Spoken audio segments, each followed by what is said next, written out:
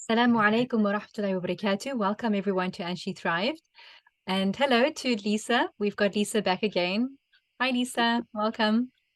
Thank you, Samaya. And Lisa will be continuing our series on nonviolent communication.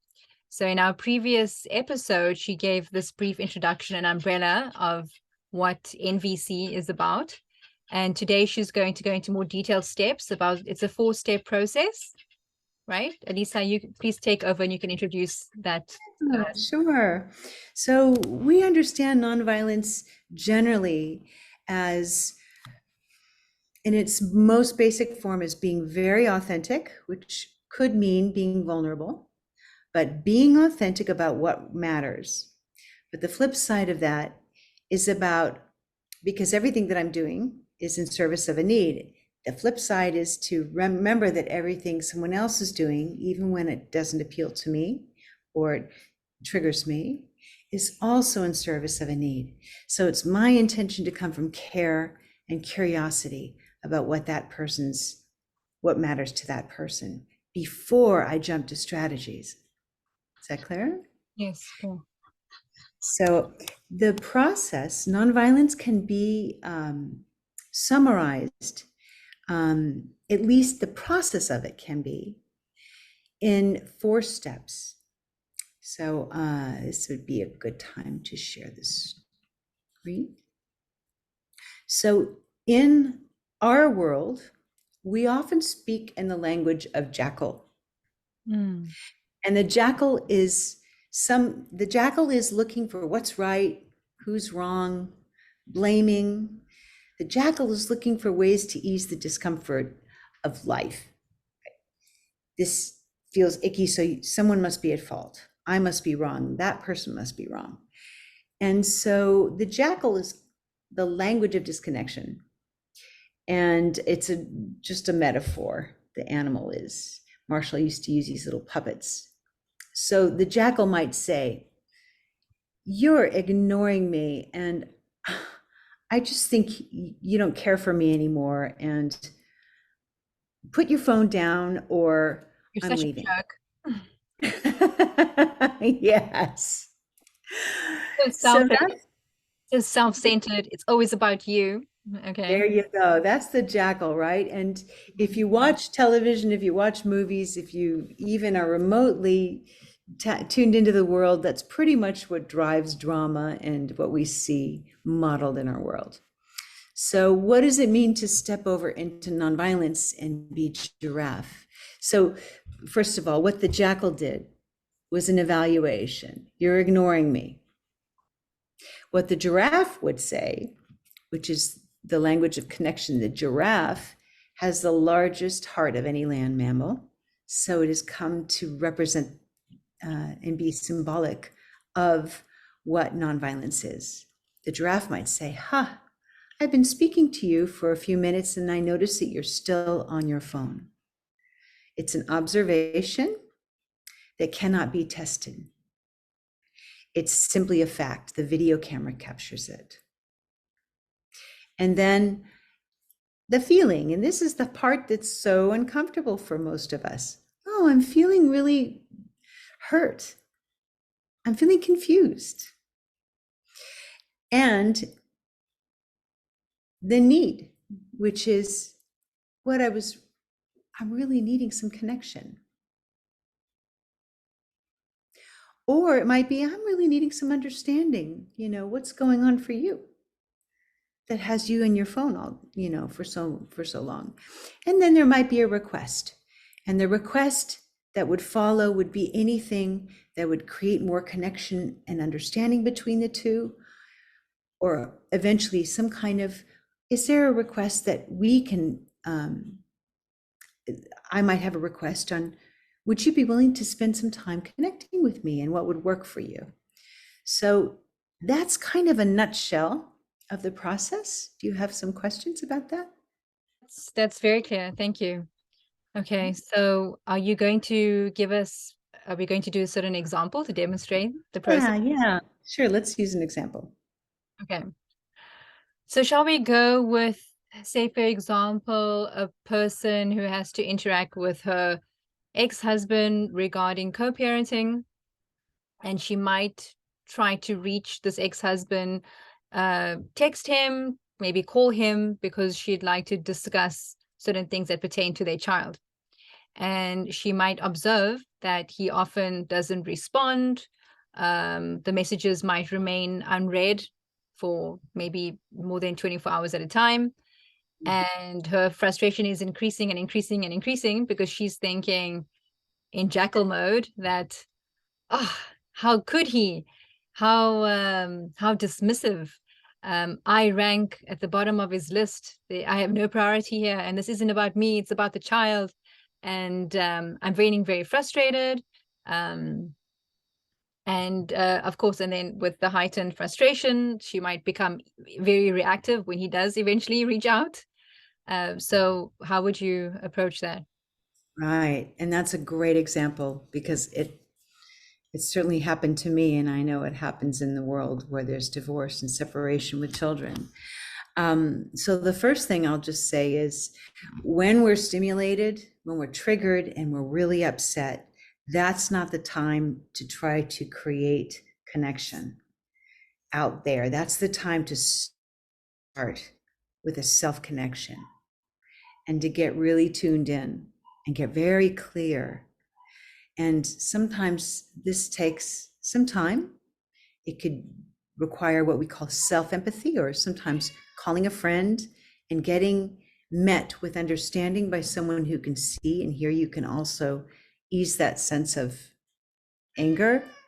But the important thing is that when I tune into that feeling, I want to remember that that feeling that I'm feeling, the anger, the frustration, it's just a compass pointing to what matters. So let's take an example. So the child's father hasn't returned the texts. And let's take the example of a mom. What might she be telling herself? What are some of the thoughts? Um, okay. You mean in regard to the lack of response from the ex-husband? Yeah. Um, she might be making judgments about him, how he's irresponsible. It might actually bring up a lot of issues that arose in the marriage. For example, I feel dismissed, and I know that that's not a feeling. That might be her thinking. Excuse Mhm. me. I feel dismissed, and um, I would say that it might even trigger feelings of maybe worthlessness that she's had, i.e., it almost, I guess I'm not important enough, right? So she might end up jackling herself, right? Because as you, if I understand correctly, one can jackal another person like, oh, he's such a whatever. Or it could be like, oh, I guess that I am like this and I'm like that. So it's also self-judgment, right? Mm.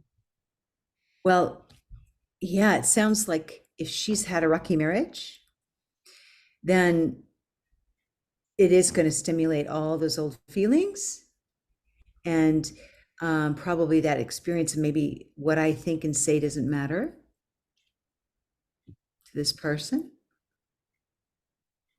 So now the question is, what does matter?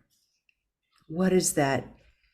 So when you take a breath in for this part of the process, this is where it's a really good time to recognize I've got the story going on up here in my head, but here in my body, there's a deeper wisdom.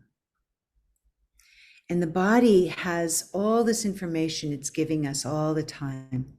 Even that discomfort is just giving us information. So the sooner we can, redirect and find out what is the information that my body's trying to tell me about what matters. Oftentimes the feelings are up here around the heart, but as we bring our attention down lower, there's often we can identify the need.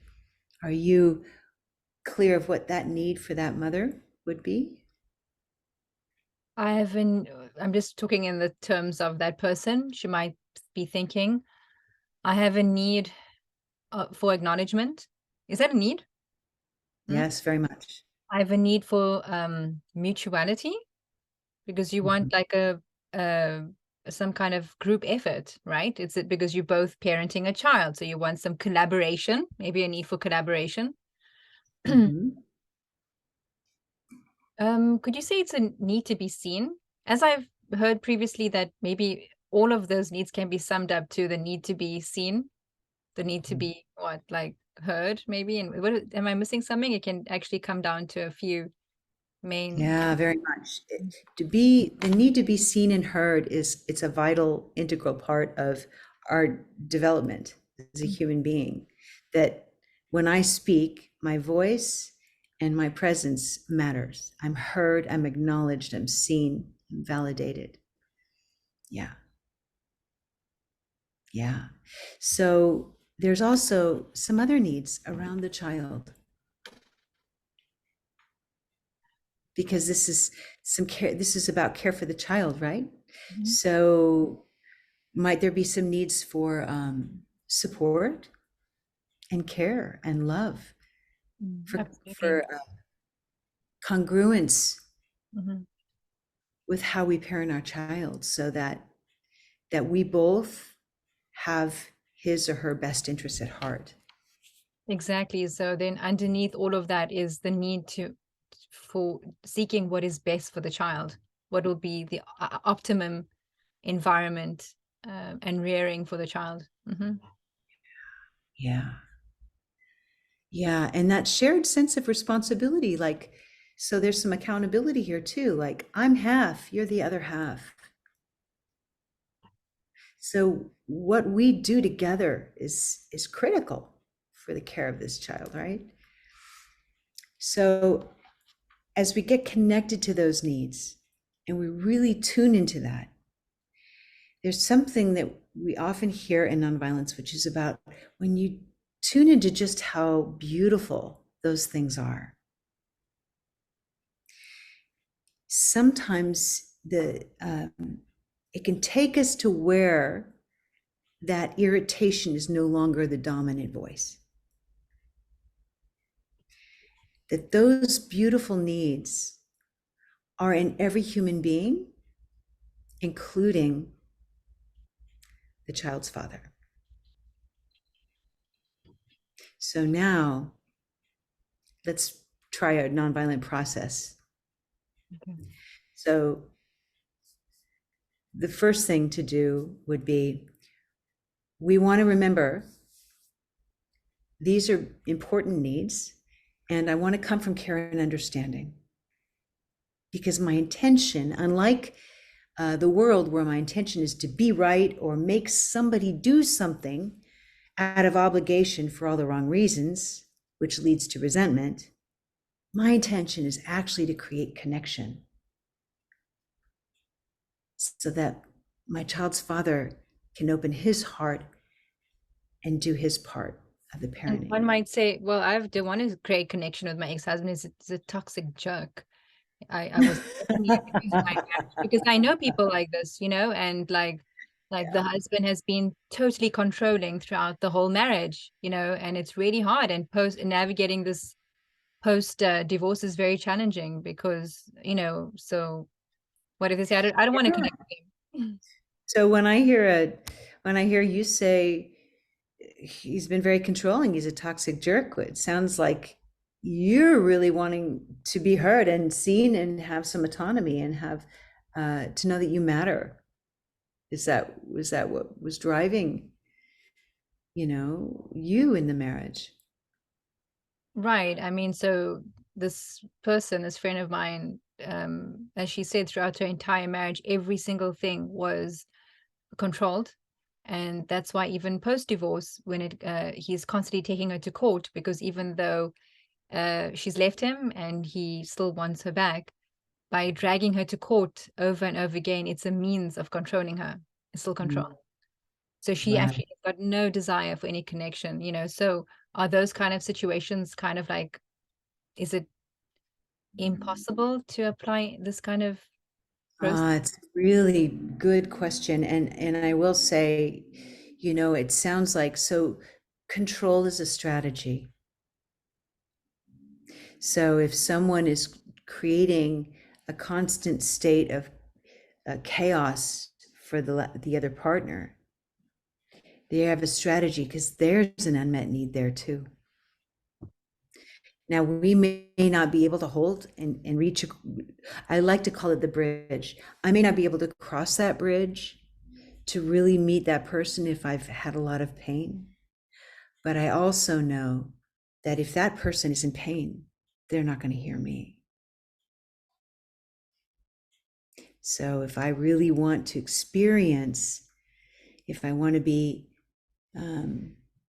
if I want my needs met and my needs of support and care for my child to be met, then it's worth considering having some care for that person and their unmet needs. Doesn't mean I have to fill them. Only that I know also, let's say that control is trying to have a sense of empowerment in his world. Maybe he feels so disempowered in himself that the only way he knows how to do it is control. Well, I don't have to agree with what he's doing, and I don't have to step into that mess, but I can hold with care what it means to actually feel empowered, and hold with compassion. I know what it feels to be disempowered too. Yeah, I'm just curious to check in with you how it is to hear that. Right. I hear you. I'm just wondering how that would look like in a situation like that. But I mean, Mm. for the sake of sticking to the example that we had, would you just like to go through the process if it's a Yeah, person who's not yeah. kind of psychotic but So reasonable? let's do a little role play. How would Okay. that be? Yes, yes. Okay. So Mhm. I'm going to allow you to be the child's father, Okay. and I'll be the parent who's been going through some really uncomfortable lawsuits, it sounds like, and is coming out of the experience of feeling controlled. Okay. So I'm going to start. I want to start by just, first of all, I'm remembering I want to be really clear about where I am in the process, be very connected to what matters to me. So if I'm lined up in myself, that is what really matters to me is the well-being of my son or daughter. What really matters to me is that we find some way to bring up the most, to contribute to our child's life so that he or she can be a thriving, beautiful, well-adjusted human being. Yes? Mhm. All right. So what matters to me, that's what matters to me. So I'm going to go back and just go back like a video camera to just what happened. So yeah, so let's say I'm on the phone or a text or an email. I'm not sure what the best way is, but I would probably start by saying, Joe, call you Joe. This is important. Yeah, Isn't this this process necessary to be had in person rather than over an email or over um, a text message? it's a really good question. In my experience, it's helpful to have difficult conversations in person. And prior to having, and there's a time and place for a text, time and place for an email, time and place for a phone call, and a time and place for face to face. And I once had an employer tell me that, and I never forgot it. I really believe that. So matters of the heart are much better in person. Although just getting to that in-person meeting might take a text request. So I might start by saying, hey, you haven't responded to a few messages about our child, and this is really important for him and for me, for his well-being. Is there a time that you and I could connect to have a conversation about our child? I would start right there. Okay. Okay, so Okay. now you are observing what has happened. Right. And then what I'm doing is I'm being, regardless of how they're behaving, I'm choosing to show up with Mm. respect and care for myself for the other and for our child. So then, okay, we get a message. What's the response? So the message was it to speak to the ex in person? Speak to the ex one-on-one?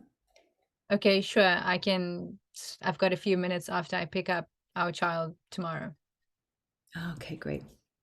Okay, so I'll make a point to be there, and we'll take a few minutes while he's playing on the play set so we can talk independently. Okay, now let's say we're together. He's on the play set. We obviously don't want the child in the room when we have this conversation. So now I'm going to go just to the O. The O is the observation. So if I'm speaking in Jackal, you're ignoring me, and that just goes nowhere. But if I'm speaking straight and strictly from the O, so I had sent a few text messages about our child and didn't hear back from you. And notice that I'm feeling I'm confused, I'm lost, I'm kind of angry and frustrated. And because I need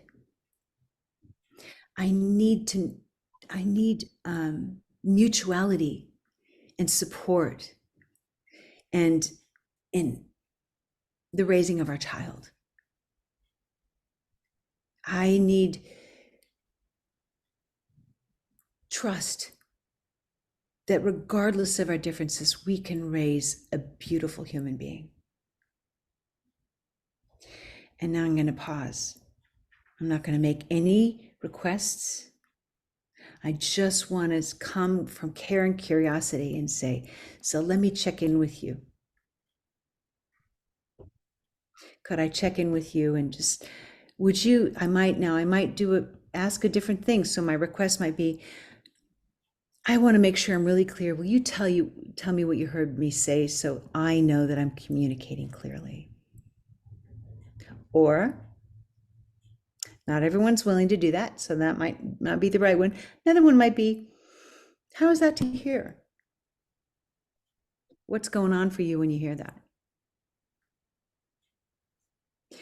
Because the most important thing is, I want to speak from a place that doesn't create defensiveness. And he might go there. He might get defensive or critical or angry. Going to come right back to center. I'm going to come right back to what matters to me. So at that point, what do you think he might say? Well, I mean, there are two ways that could go. The one way could be, okay, well, what's going on for me is X, Y, or Z. Or you might say, like, what the hell is this? Have you been spending too much of time with your therapist? Yeah. Then you can respond, okay, so how does that look? So he responds, you can respond with humor, yes, every day, every minute, or you could, your intention, you might be saying, oh, you might have some curiosity about that. Oh, you think that I'm seeing my therapist, that's where I'm getting all this help. Well, the nice thing is when you're coming from care and curiosity about another's experience, it frees us up from all the stories and the judgments, and it lets us get back into what's important. Because those judgments, they really are a part of being human. It's not like we can make them go away. The difference with nonviolence is, what do I choose to focus on? And where do I keep my attention? And can I stay grounded? If he's going to do something, if he says something in a way that really triggers me, I might have to just close the door and say, wow, I need a pause, or hold on, I just need to take a moment. Like, it's okay. That's what being real is about. Like, if I'm in pain, I'm not going to try and hide it. My intention is to be authentic, to come redirect what matters here. Well, you know something? Our son, our daughter really needs us. Needs us, yeah. I mean, I foresee this as being quite challenging because I can almost hear the voices of women saying, well, when I sit down to talk with him, my heartbeat is accelerating because I don't feel safe. I don't know how he's going to respond. It brings back all of the previous confrontations that we've had. And because Mm. I actually have no idea how he's going to respond, I feel what I'm saying is that I know that you're saying that the person needs to connect with how she is feeling and constantly check into that.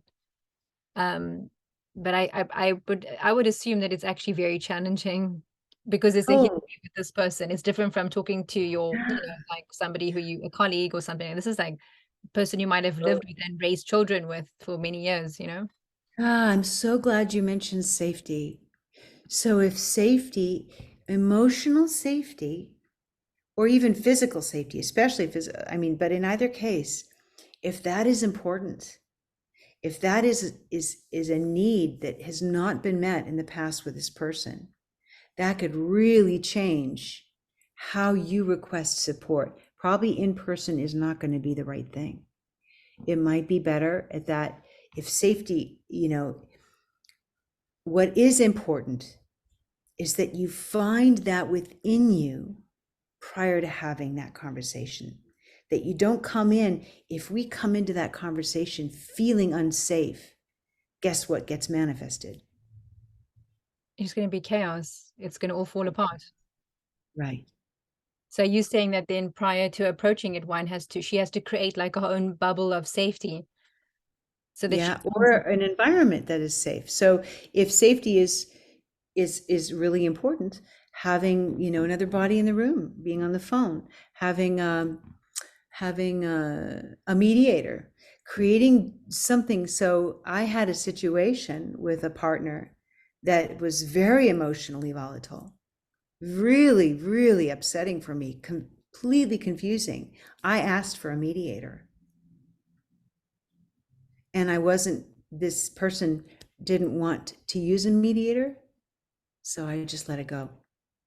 If because there you wasn't cannot even have a discussion if your need for safety is not being met. safety first, yeah, it's like we do with our children. Right. But so let's just say, so whatever that strategy for safety is, there are, it's remembering there are many, many ways to be safe. There's not just one way. But getting, it's helpful to get with somebody and reason this out. If it's your therapist or a mediator or somebody that you trust, somebody with whom you can feel emotionally safe. That's very critical. And if that is an issue in raising a child, then that really could be something, to address in the context of conversation. But so the other thing is, at this point, we've made a request, a connection request. So I'm just checking in, do you care about our child? Are you willing, it's like, What's going on for you? How does it feel to hear this? exactly. Are these needs do you share these needs? And could we find some ways to communicate? Could we, find ways to communicate that would allow us to have open conversations so that the well-being of our son or daughter is always foremost? Okay, so what I'm hearing is that you're actually not jumping to any strategies. What you are Exactly. doing is you are trying to gauge where the other person is and to keep it open. And I foresee that as making that person feel safer because it's not like you have some kind of agenda that you're trying to achieve, right? So it's keeping it open, and then it's keeping it open for collaboration and Yes. mutuality and seeing, well, what do you think? Because we obviously share common love for our child. So how do you see us addressing this dynamic? Yes, because the minute we make a demand, what does it create? What does it create when someone demands something of us? Pushback, right?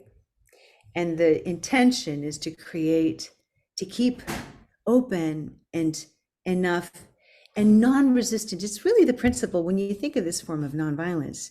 You can really look straight into Gandhi or Martin Luther King or, these leaders who said,